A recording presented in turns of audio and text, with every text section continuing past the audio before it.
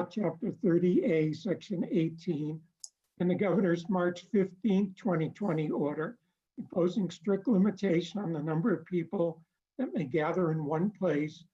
This meeting of the Southborough Cable TV Committee will be conducted via remote participation to the greatest extent possible. Specific information and the general guidelines for remote participation by members of the public and/or parties with a right and/or requirement to attend this meeting can be found on the Town of Southborough's website at www.southboroughtown.com. For this meeting, members of the public who wish to watch or participate in the meeting may do so in the following manner by finding the meeting at www.southboroughtown.com/remote meetings. No in-person attendance of members of the public will be permitted, but every effort will be made to ensure that the public can adequately access the proceedings in real time via technological means. In the event we are unable to do so, despite best efforts, we will post on Southborough's website an audio or video recording, transcript, or other comprehensive record of proceedings as soon as possible after the meeting. First order of business is approval of the minutes of our meeting of September 14th, which have been circulated to the committee in advance of the meeting. Does anyone have any amendments, corrections, changes to the minutes? No. No. I'll entertain a motion to approve the minutes. Move to approve the minutes of September 14, 2020. Second that motion. Okay, roll call vote. Kathy? Yes. Will? Yes. The chair votes yes as well, so the minutes are approved. Okay, so to bring everyone up to speed on what's been happening since we last got together. Bill, and welcome, Bill. You're on mute, but Bill drafted a proposed renewal license based on a license that had been entered into between Charter and the town of Lanesboro. And that was done at the suggestion of Charter because it was thought that the language would be agreeable. After having reviewed it, there are a couple of areas where I had some concerns. We've gone back and forth. What you were furnished with was the latest draft that Bill prepared, which sets forth our position on the issues, but does not reflect Charter's position. Two main issues have come up. One is a non-substantive issue, and it concerns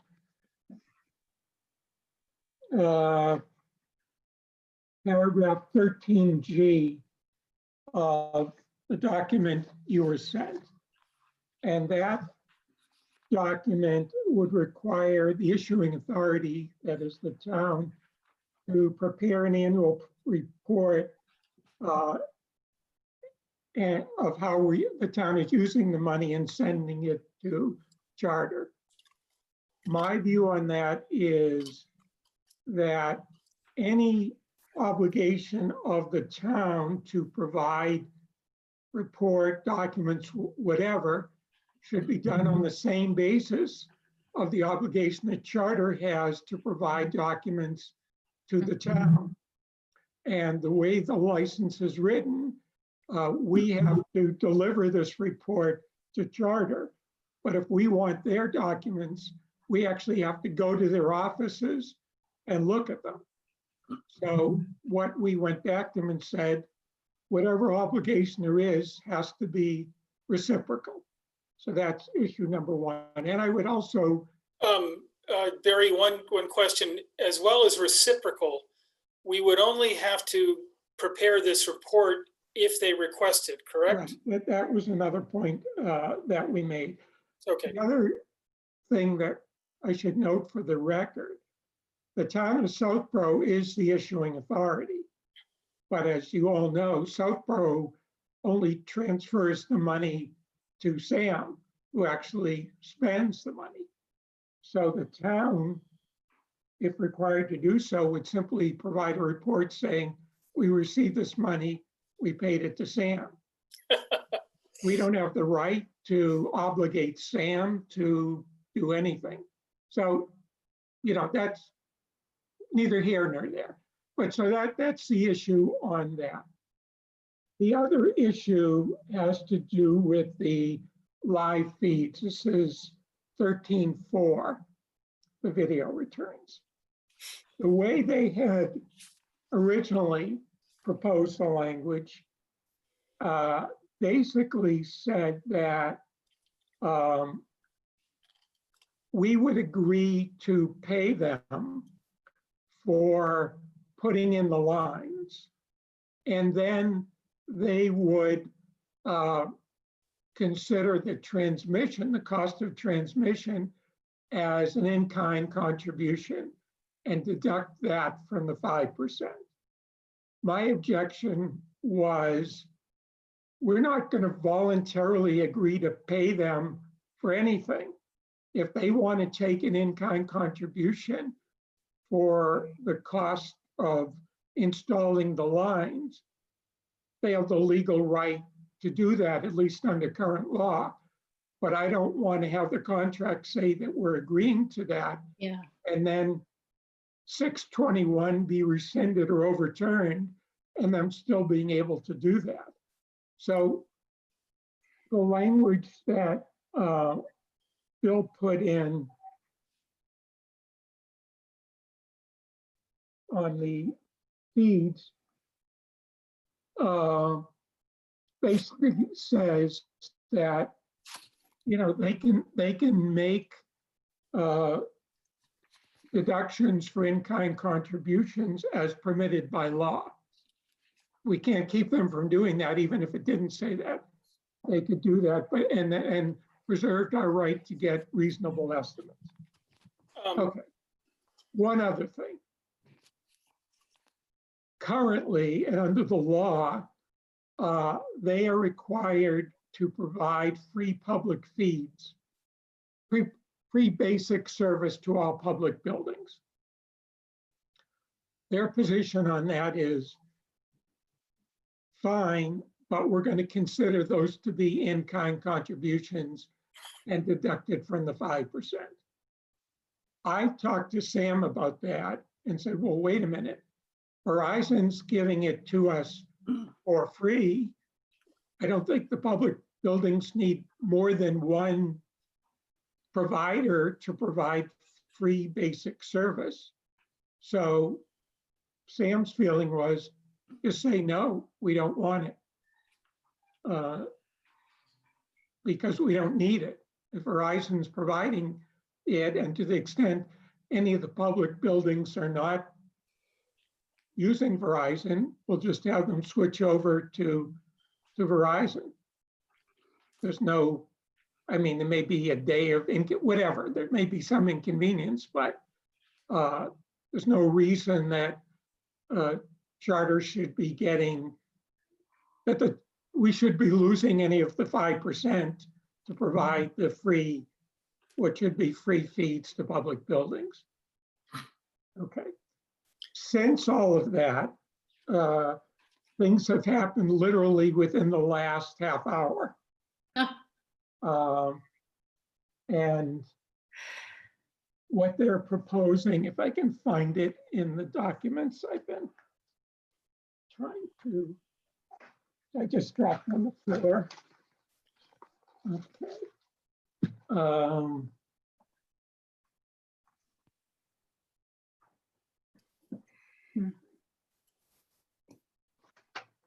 Okay, Bill, I seem to be dropping things left and right here. Can you update the committee on what just happened?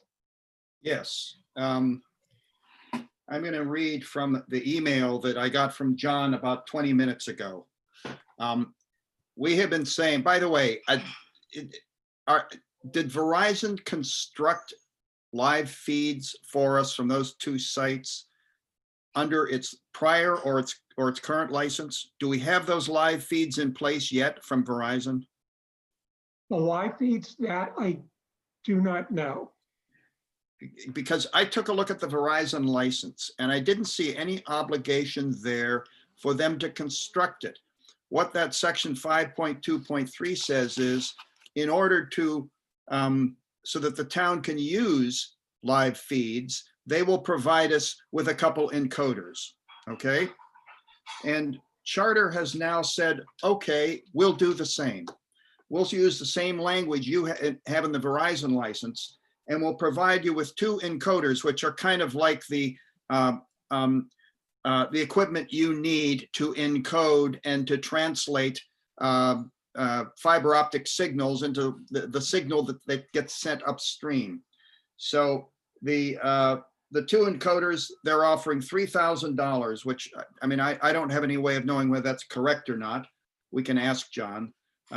But they are offering to use the 5.2.3 language that Verizon used. And it would say as follows: in order to enable connections between PEG Access Studio and Police and Fire Department at 32 Corderville Road and Public Library at 25 Main Street, exactly the same as in the Verizon license so far. The licensee shall provide within 60 days of the effective date a one-time payment of $3,000 to enable the town and/or its PEG Access designee to purchase 2 IP encoders or other similar equipment for use in an IP network furnished and operated by the town and/or the PEG Access designee. Now, he struck out from the Verizon license the language, the licensee shall work with the town and/or the PEG Access designee to ensure that the IP encoders function as part of the town and/or the PEG Access designee's IP network to deliver PEG Access programming from the auxiliary sites to the PEG Access studio in order to cablecast programming. So what the sentence says is they'll provide us with $3,000 to purchase 2 IP encoders for use in the network furnished and operated by the town and/or the access designee. All right, that makes me think that the network is there, that there are live feeds already in existence. And when I read through the Verizon license, it makes no mention of constructing them. So I think that must be the case.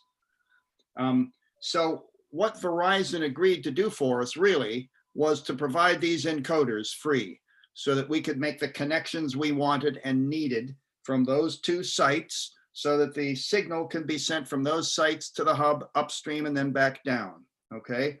And what, as I interpret it and read it, what John has proposed is to do essentially the same thing. Provide us, well, I don't know about the money, but to provide us with $3,000 to purchase the encoders. And then it said, the town or the access designee shall own the encoders or other similar equipment. So as I look at that, it is approximately, but not entirely equivalent to what Verizon said. The part that he struck out was that the licensee shall work with the town and the PEG access designee or the designee to ensure that the encoders function as part of the town's access designee IP network. All right, they're not volunteering to work with us to help us do this. They're just going to give it to us, Right. give the money to us so that we can acquire the equipment. I don't know whether that's an issue or not. It may be there's somebody in SAM who has got all the skill and knowledge needed to connect these things in and get them set up so they deliver the system. It may be there isn't. I don't know. Anyway, that's what John offered as of about 20 minutes ago. Okay, and I did send an email to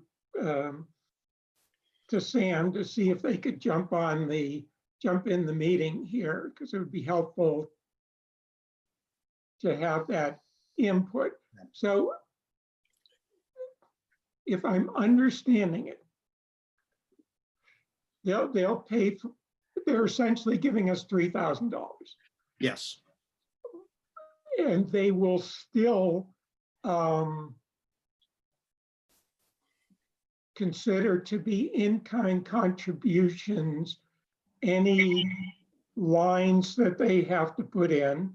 Yes. And the cost of the transmission, fair Yeah. market value of the transmission, which, That's correct. again, we don't have the right to stop them from doing.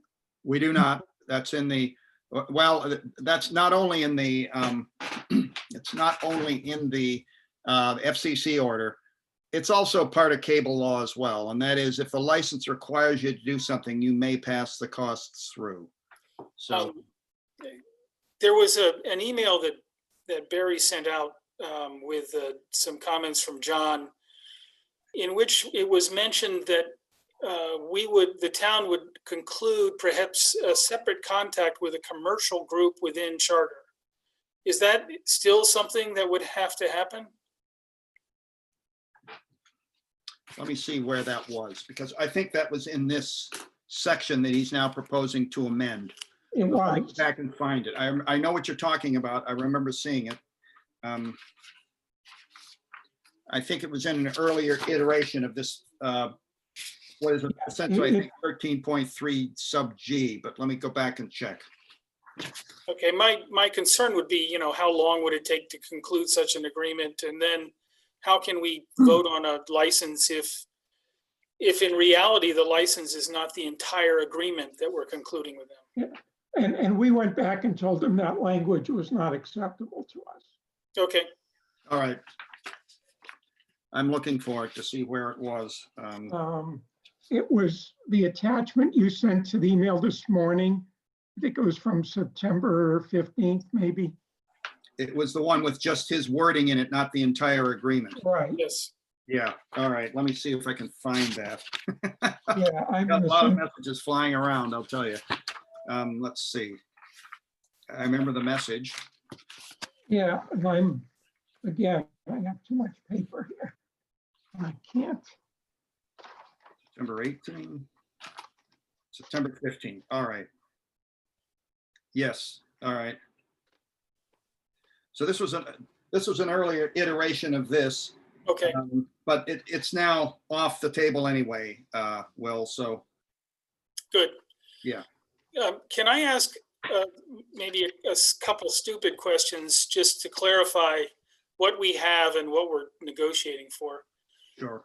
Suppose we wanted to do a live feed tonight over charter from either the townhouse or the senior center. Can we do that right now? Do we have everything set up?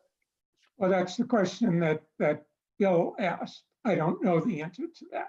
Yeah, Well, if we, I guess, I think what we want at the, is when all the dust settles, we want over both Verizon and Charter to be able to do simultaneously 2 live feeds from our choice of the public safety building, the library, the townhouse, and the senior center. Is that what we're striving for?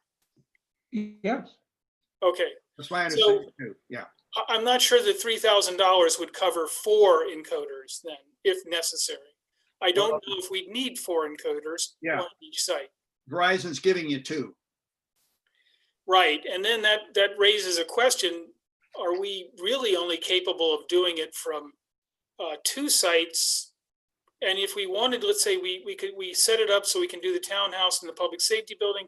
If we wanted to do the library, we'd have to go in and move a box from the public safety building over to the library. Is that where we are right now? no. So we can do it from the townhouse. We're only talking about the library and the public safety building, We're not including the senior center? not including the senior center, because I think we already can do limited from the senior center. But what we got from Verizon is what Sam asked for, which was the public safety building and the library. So we have the decoders from Verizon for both of those buildings. So what we need from Charter, decoders from both of those buildings. Okay. Okay, that, as long as we're clear on what we're really striving for. We're striving, now, if we're only gonna have 2 circuits, does that mean that we can only do 2 live feeds at a time or what? Well, I think they can only broadcast 1 live feed at a time. Oh, okay, so when we talk about establishing 2 new circuits, 1 circuit would go to the library, The other circuit would go to the public safety building, and we already have a charter circuit that goes from the townhouse. Is that correct? Yes. Okay. And I did, and I might have mentioned it at the last meeting, I did ask Sam whether it was possible for them to do a live broadcast on Verizon and then to record the same for Charter and broadcast at a later time. I was told they cannot do that, that the whatever goes over the air is identical for Verizon, Charter, Comcast. Okay. Yeah, I think getting, exhaustive detail on exactly what we really need to do what we really want is necessary. Yeah, and I'm not, we're currently on the agenda for the Board of Selectmen's meeting tomorrow. Right. I asked that be done because I thought there was at least some chance that we could approve something at this meeting today. I don't think, or at least speaking for myself, I'm not comfortable agreeing to what they've suggested based on the information that I have now. I think we need input from Sam, feedback from Sam on this. And we still have the open issue of the records, the requirement that we send them an annual report, but we have to ask them and then go to their offices to see their documents. And I'm sure we can work that out, but it hasn't been done to this point. And I think you mentioned another issue, which just is, we would like to see,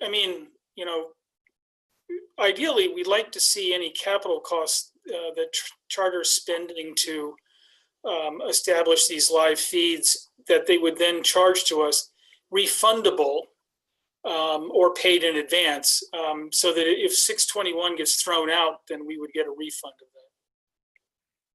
Right? Well, I'm not sure I follow you, Bill. Well, suppose that for the circuits, they come back and say you have to pay $5,000 for those circuits to be established.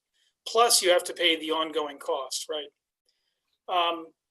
So let's say we agree to that, and then 621, and they're basically they're doing a fair market value on those things, and then 621 gets thrown out, we get a refund essentially, right? I defer to Bill, but I doubt it. Yeah, I mean, they're operating pursuant to existing law. Yeah. And the fact that the law later changes doesn't change the fact that what they did was legal when they did it. However, suppose the ruling is that the rule from the FCC was never legal. Well, I think you'd have to have a court say that it's setting it aside and it was null and void from the beginning. Okay. Bill, I'll defer to you. I think most of the time in most licenses in most municipalities, capital costs are passed through. I mean, you can get them, but you got to pay for them. It gets passed through to the subscriber. And prior to 621, it got passed through by operation of a particular provision of the Federal Cable Act from 1984, 47 USC section 521, that basically said the cable company can pass through the cost of anything required by a cable license to the subscribers. So even if 621 weren't out there, they could still say, we have a right to pass through any capital obligation you make us pay in this license. And to tell you the truth, most cable operators do. Every once in a while, you get something thrown in for free because they're trying to, maybe they were out of compliance or something like that. So they're giving a concession. But I mean, whether or not 621 is in or out or up or down or here or gone, they still have the legal right to pass those costs through to us. So I don't see Charter ever agreeing to say, we'll only do it as long as 621 allows us. I frankly don't. I don't think they ever will. This is that's just the position they're taking, and I don't think they're going to change. And I don't think they're going to change because I think they recognize they've still got the legal right to do it anyhow, regardless of what the FCC does. Right, but we have to remember that, suppose that Verizon spent $3,000 on encoders, right? And that suppose they passed it through to their subscribers. Well, that's like 3,000 people or households that they're passing it through to, whereas Charter's only passing it through to about 400. Well, that's kind of neither here nor there. The point is, I don't think, and Charter may not elect to do it, but I don't think they're going to waive the legal right to do it. Okay. After all, in 5 years, they may have the majority of subscribers because Verizon's gone. So without agreeing to the good faith value of their negotiations, I can certainly understand why they're not willing to do it. Okay. Okay. Can I ask a question on a slightly different subject that you just alluded to? Sure. I did not see in the draft that you sent out any language similar to what Verizon asked for, walkaway language, right? Right. Does that mean Right. Charter does not have the ability to walk away for 5 years? That's correct. Okay. They do not. That language is unique to Verizon licenses. We haven't permitted it, and Comcast hasn't demanded it. Charter hasn't demanded it. Other cable companies haven't demanded it. And we don't volunteer to put it in. Verizon insists on it, and that's just a corporate position they've taken. They are as immobile in this as Charter is in all the stuff we've been dealing with. So it's in there. But so far, Verizon's the only one that's demanding that. It's not in Charter. You're right. Okay. Okay. So are we all in agreement that we are not in a position to say yay or nay with regard to a total proposal that's been made by Charter at this time?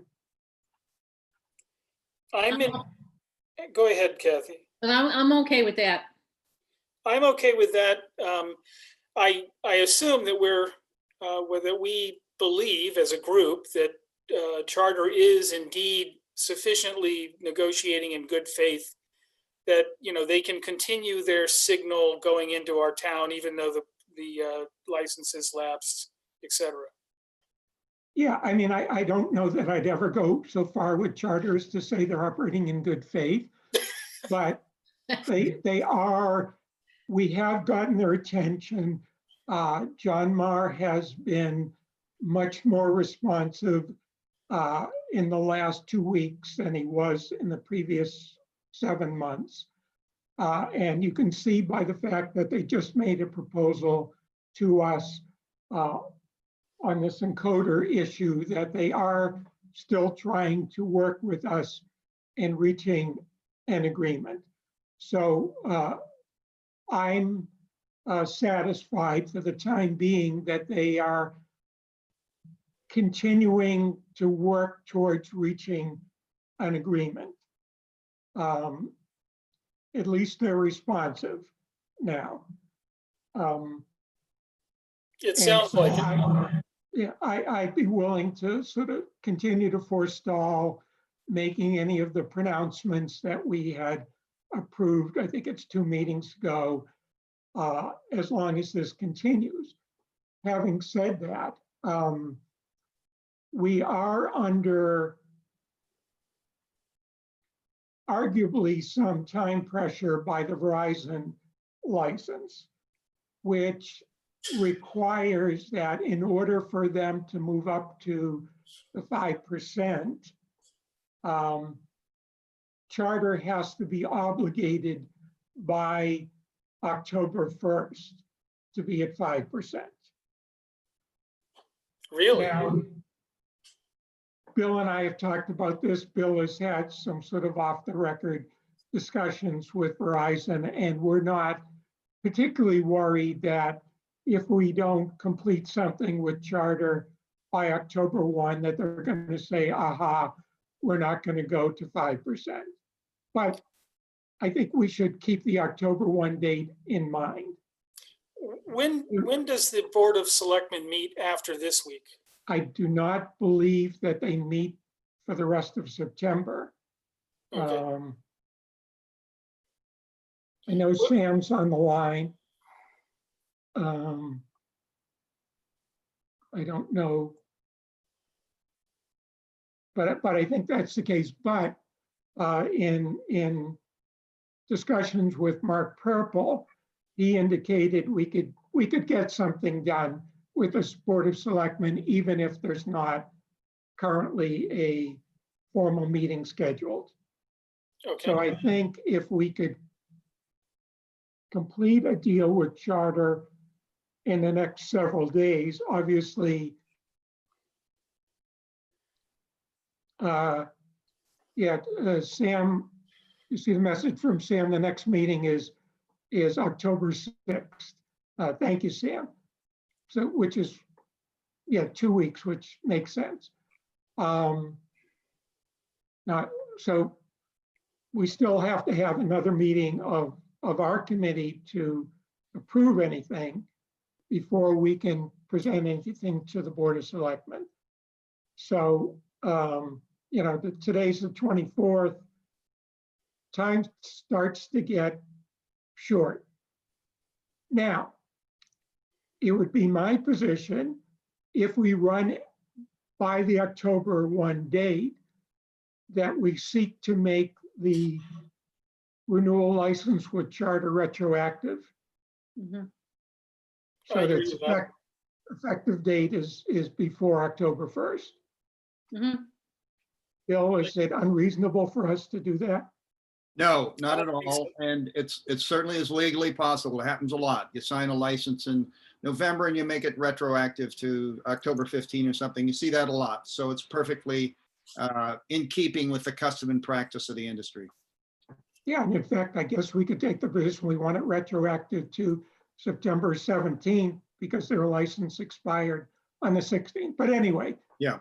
we should be able to get around the October 1 hurdle, even if we have to push off to the October 6th Board of Selectmen meeting.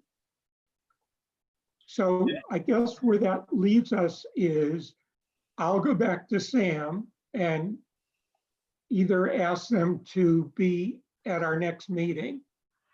And maybe that's the way to go because I certainly want to involve the whole committee in any questions you may have that I may not think of. So maybe I'll try to set something up for Wednesday or Thursday. And in the meantime, Bill, I think we can go back to John and say, again, the committee is considering what they propose. And in the meantime, let's see if we can wrap up the records issue. Because if we can do that and this decoder approach works, then we should be in a position to finalize something. Okay. One last point. I believe Paul Train said to me that if we don't have a signed license by October 1st, to let him know, and I can do it by email, that we haven't yet signed it. It's about to be signed, but it will be retroactive to October 1st. I don't think that necessarily means that it all has to happen that fast. The impression I got from him was, his answer to me was, unless the Verizon license is absolutely connected to a termination date or an end of the term date in your other license, and it's not, he said, I can't imagine Verizon will not honor that promise. And I'm not particularly worried about October 1. That's what he said to me. So I don't even think we need to do it, but as a courtesy to Paul for extending to me a courtesy, I'd like to have your permission to say to him, and Barry, if you want me to run the email by you first, I'm happy to. But We lost something like that, the license is almost concluded, negotiations are almost concluded. We're hoping, expecting maybe it'll be signed on the 6th, but it will be retroactive to October 1, something to that effect. Yeah, October 1 or earlier. Yeah. And I just to keep him on board. That's fine. And just refreshing everyone's memory, Paul Train is the Verizon representative who we dealt with. So I don't have a problem with that. Okay. Anyone else? No, No, Okay. Right, anything else we should talk about? Kathy, you look like you're going to say something. yeah, as far as Wednesday, I wouldn't be available I wouldn't be available after 3 o'clock on Wednesday, probably. Okay, and Thursday's not great for me. Maybe we should be thinking about Friday in any case, would that be this coming Friday? this coming Friday. So that is the 25th. 25th? 25th. Yep. 25th, right? I have a Any- meeting at 11 that day. That's probably going to go about two to 3 hours. So 11 to maybe 2. 11 to 2 is out, okay. Anyone else? I'm good for Friday. Well, I'm good for Friday, whatever time. okay, then I will,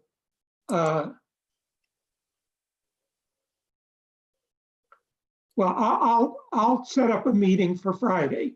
We can always cancel it if, we get nothing from charter. But I'd rather have it so we can move forward than not do it. So let's plan on something, maybe 3 on Friday afternoon. Yeah, I would prefer the afternoon. I agree. That's fine with me. Okay, Yep, good with me. Yeah, I'm sure I can do 3. I don't think my meeting will go that long. okay. I'll get something out on that then, and I'll talk to Sam. If they can't be there at 3 on Friday, then I'll talk to them, but otherwise I'll ask someone,